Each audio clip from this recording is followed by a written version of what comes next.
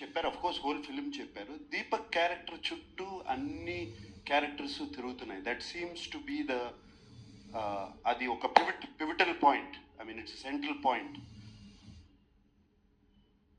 ఈ సినిమా నా సినిమా కదా అనుకుని చేశాను అని చెప్పాను.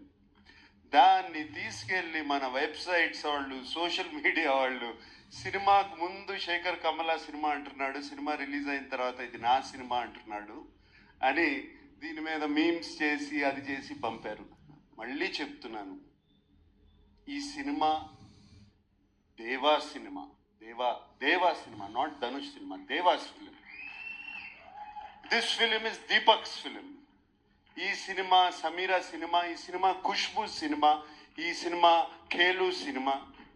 Everybody, it's everybody's film, but most of all, it belongs to Shekhar Kamala.